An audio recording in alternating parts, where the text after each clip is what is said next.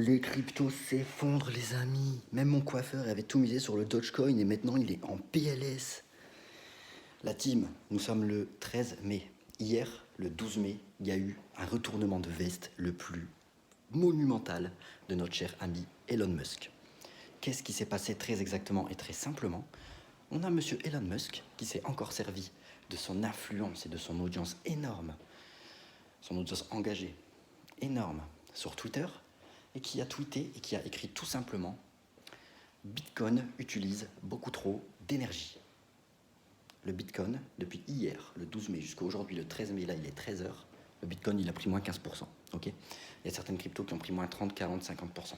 Il y a même une crypto qui s'appelait le Elon qui a pris moins 80% à peu près depuis hier. Bref, à quoi c'est dû? Pourquoi il s'est passé tout ça? Et bien c'est très simple. Je pense vraiment avoir trouvé la vraie raison de pourquoi il s'est passé tout ça. Il faut savoir que Elon Musk, quand il était petit, il n'était pas forcément très très bien dans sa peau.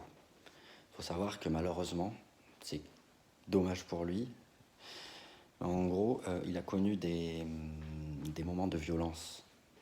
Et je vous parle sérieux, hein, c'est véridique ce que je dis, vous pouvez vous renseigner. Il a connu des moments de violence, pas familiale ni conjugale, mais en fait avec des gens à l'école. C'est-à-dire qui se sont frappés. Et que Elon Musk et la bagarre, ça fait deux apparemment. C'est compréhensible. Compréhensible dans le sens où la bagarre, c'est mal, voyez. Mais en gros, il a mal pris ce qui s'est passé. Et pourquoi je vous dis ça? C'est que en gros, Elon Musk n'arrêtait pas de faire pumper le Dogecoin. Donc, il faisait monter. Parce qu'il n'arrêtait pas de tweeter en disant: ouais, le Dogecoin, c'est la monnaie du peuple, etc. Nanana. Le Dogecoin, il y a de ça 4-5 mois, il valait 0,0001 centime. Okay, à l'heure actuelle, il est à 35 centimes. C'est-à-dire qu'il y a des mecs qui ont fait x100 à x1000 sur leur investissement. C'est-à-dire que si toi, tu étais là il y a 4-5 mois et que tu mettais 100 euros sur le Dogecoin, aujourd'hui, tu pourrais avoir entre 10 000 et 100 000 euros, voire peut-être plus, qui sait, tellement son prix a explosé. Il faut savoir que quand une crypto-monnaie vaut 2 centimes et que tu en achètes pour 100 euros et que cette crypto-monnaie, elle monte à 4 centimes, et ben toi, tes 100 euros, ils font x2. Donc, ils se transforment en 200 euros. Tu vois ce que je veux dire? Donc, qu'est-ce qui s'est passé? Il n'arrêtait pas de faire des tweets sur le Dogecoin. Le Dogecoin, il monte, il monte, il monte, il monte, il monte, il monte. Tout le monde il était là en mode Elon Musk, c'est vraiment le maître du Dogecoin, c'est le commanditaire du Dogecoin, etc. Ok. Maintenant, on a eu quoi? On a eu une crypto qui est sortie de nulle part qui s'appelait le Shiba. Qu'est-ce que le Shiba Inu? Ça s'appelle comme ça, Shiba Inu. En fait, c'est une autre race de chien. Il faut savoir que le Dogecoin, dans Dogecoin, il y a Dog. En fait, et la pièce de la crypto-monnaie, tu sais, le symbole, ça représente un chien. À côté de ça, il y a 3-4 jours ou 2-3 jours, il y a eu donc le Shiba qui est sorti, c'est une autre race de chien. Et en gros, il a été créé uniquement et spécialement pour faire de la concurrence pure et dure au Dogecoin. D'accord? Ça, je pense que Elon Musk n'a pas du tout apprécié. Le Dogecoin, il s'est même pas pris une claque, rien du tout à ce moment-là. Pourquoi? Tout simplement parce que les gens qui suivent Elon Musk et suivent pas forcément les gens qui veulent faire de la concurrence à Elon Musk, même si beaucoup d'investisseurs ne le diront pas mais le feront. Ce que je veux dire par là, c'est que ce qui s'est passé vraiment, c'est que Elon Musk, en fait, il a dû vraiment se prendre une gifle une gifle dans son ego, au point de se dire que ils veulent me faire de la concurrence sur le Dogecoin. Eh ben, tu sais quoi? Moi, je vais faire un tweet et je vais dire que le Bitcoin, il pollue à fond. Que le Bitcoin, c'est n'importe quoi, que ça pollue trop, que c'est que simplement une réserve de valeur, nanana. Ce qui s'est passé, les amis, c'est qu'il y a eu un effet boule de neige, un effet FOMO, ça s'appelle comme ça. Et en gros, il y a eu toutes les cryptos qui ont commencé à dégringoler. En sachant qu'il y avait des grandes institutions qui ont commencé à investir des centaines de millions d'euros dans les crypto-monnaies, ça a fait un mouvement de panique générale. Et donc, il y a des cryptos qui ont perdu 50, 60%, même 70%. Et on va dire les cryptos avec les projets les plus stables niveau fondamental, les cryptos qui ont vraiment de l'avenir. Je parle pas du Dogecoin, etc. Je parle de cryptos d'avenir avec un écosystème et une blockchain derrière cette crypto qui est full à 100%. C'est-à-dire qu'en gros, les cryptos et la blockchain, ça sert vraiment à apporter quelque chose qu'on ne peut pas avoir actuellement dans le système financier, des fiat, des euros, etc. Parallèlement à ça, il s'est tellement pris une claque dans son ego, ce fameux Elon Musk, qu'il a décidé donc, de tweeter ça sur le Bitcoin. Et automatiquement, ça n'a pas raté. Là, c'est clairement le déluge. Il faut savoir qu'il y a de ça 2 mois à peu près, Elon Musk avait dit, enfin Tesla, donc avait annoncé qu'elle allait acheter plusieurs milliards d'euros, si je dis pas de conneries, millions ou milliards, je sais plus, mais c'était une somme tellement conséquente que je m'en souviens plus, de Bitcoin. Et donc il faut savoir qu'elle a dû les revendre avant de tweeter ça, etc. Mais bref, au-delà du fait que ce soit de la spéculation, etc., là on a vraiment une affaire en fait où où il y a des gens tout simplement très grands de ce monde qui sont pas contents, quoi. C'est vrai que la question, la crypto pour faire la concurrence au Dogecoin, voilà, Elon Musk il a vraiment du mal à le prendre, donc il s'est vengé à sa façon. Voilà, moi je pense que c'est vraiment cette idée-là qui est la plus crédible. Connaissant, entre guillemets, pas personnellement, mais me fiant aux diverses interviews, etc., et webinaires que j'ai pu regarder sur Elon Musk, je pense vraiment qu'Elon Musk a malheureusement pris une claque dans son ego. Maintenant, est-ce que c'est bien, est-ce que c'est mal ce qui se passe? Est-ce que Elon Musk fait toujours bien les choses, etc. On ne peut pas juger, tu vois, parce qu'on n'est pas dans la tête des gens. Et il y en a certains qui disent que Elon Musk il devrait aller en psychiatrie, etc. Tu vois, tellement le mec, il paraît dérangé aux yeux de certains. Il paraît. Faut savoir aussi qu'il a perdu beaucoup de crédibilité quand Elon Musk, en interview, il a commencé à déclarer un joint. C'est-à-dire qu'il a sorti de sa poche un joint, donc quelque chose d'illégal, là, qui est de la drogue, et il a commencé à fumer son joint. Donc il a allumé son joint en interview et il était là, dans l'interview, genre tranquille, c'est normal. Du coup, il y a eu l'AMF, l'autorité des marchés financiers aux États-Unis. C'est, faut faire attention à l'AMF, hein, c'est la plus grande autorité, en gros, c'est la plus grande régulation des marchés financiers qui existe dans le monde. Qui a tout simplement dit à Elon Musk, et ça c'est su en public, qui allait obligatoirement avoir une surveillance accrue sur ses comptes, sur ses activités, etc. Tout ça parce qu'il pourrait être irresponsable de ses actes, car il a fumé un joint. Bon. Moi je suis moi, l'AMF c'est l'AMF, Elon Musk c'est Elon Musk.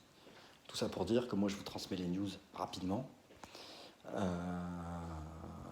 Après voilà, hein, je ne peux pas vraiment vous dire en réalité le vrai pourquoi du comment. Cependant, je pense avoir vraiment trouvé les causes des choses. Et les conséquences, les amis, c'est tout simplement que on est un petit peu à moins 20, moins 30% sur tous nos portefeuilles crypto, quoi. Mais à part ça, le positif, c'est que c'est les soldes, les amis. Et c'est que faut pas oublier que dans la crypto, ok, il y a le Bitcoin, ok, il y a Dogecoin, ok, il y a Shiba Inu, SafeMoon, tout ce que tu veux, là, tu vois, hein, entre guillemets, les shitcoins. Mais à côté de ça, tu as des projets 100% béton qui ont perdu peut-être 2-3%, pendant que les autres ont perdu 20-30%. Et t'en as même qui performent, t'en as même qui sont à plus 10, plus 20%. Ça, il ne faut pas l'oublier.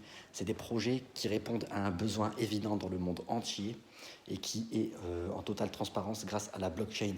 Et c'est ça vraiment la puissance de la crypto-monnaie. Et c'est vraiment cette puissance-là qu'il ne faut pas négliger, car niveau il y avait Asher, c'est quelqu'un de très chaud en crypto-monnaie, qui avait dit un jour dans une interview que par exemple la blockchain, sa particularité, c'est qu'elle est 100% transparente et qu'il a donné un exemple de ce qu'on pourrait faire dessus, et c'est un exemple de fou. Il a dit, et pourquoi on ne ferait pas par exemple des votes, les votes pour les présidents sur la blockchain? Ce serait énorme, c'est-à-dire que chaque personne voterait par exemple en ligne, ou je ne sais par quel intermédiaire tierce de confiance, évidemment, ou même pas de tierce de confiance, vu que la blockchain, c'est de pire to pire, par exemple. Donc il n'y a pas de tierce de confiance, c'est-à-dire que ça peut que être 100% transparent, tu vois. Et au moins, par exemple, pour ceux qui disent que dans les votes, il y a des trucages, etc., il y aurait beaucoup moins de trucages, tu vois. Moi, je pense qu'en réalité, tu vois, la blockchain, l'éthique un peu de la blockchain, ça peut vraiment être le futur financier de demain. Malheureusement, il y aura des énormes baleines et des gros poissons qui ne seront pas contents et qui vont couler. Et on va faire un peu plus de place aux gens qui mènent avec eux une certaine éthique et une certaine transparence qui justement fait que la crypto-monnaie peut être le futur de demain. Voilà, donc restez branchés. Je vous mets mon canal Telegram en bas dans la description. N'hésitez surtout pas à le rejoindre, parce que les amis, il y a un an, on a fait un très grand bordel niveau gain. C'était n'importe quoi, il y avait des mecs qui doublaient leurs capitaux en 2, 3, 4 jours. C'était n'importe quoi, c'était clairement la folie de la folie. Donc surtout, n'hésitez surtout pas à rejoindre, parce qu'en plus, c'est 100% gratuit. Moi, je me prétends pas gourou du trading, de l'investissement, de la crypto, tout ça, etc. Par contre, les chiffres sont les chiffres. Et moi, quand je monte mes bilans, j'ai encore trouvé... Je sais là que je vais peut-être me mettre des gens à dos, etc. Mais il y a une part de réalité dans ce que je dis qui est majoritaire et énorme. C'est que j'ai encore trouvé personne, voire, enfin je pourrais pas dire personne, ce serait mentir, parce que j'ai pas regardé tous les traders du monde, mais j'ai encore clairement trouvé, alors on va dire très peu de personnes, parce que en vrai j'en ai pas trouvé, mais j'ai pas regardé très peu de personnes qui ont atteint les résultats que je permettais, que j'atteignais, que j'atteins encore évidemment, et que je faisais atteindre à ma communauté, parce qu'en fait moi tout ce que je faisais c'était partager en temps réel, et donc les gens ils recopiaient. Et donc automatiquement, vu qu'ils voyaient que on encaisse tous les jours H24, et au bout d'un moment, c'est bon, ils n'ont pas envie de passer leur tour, donc ils viennent et ils encaissent, tu vois.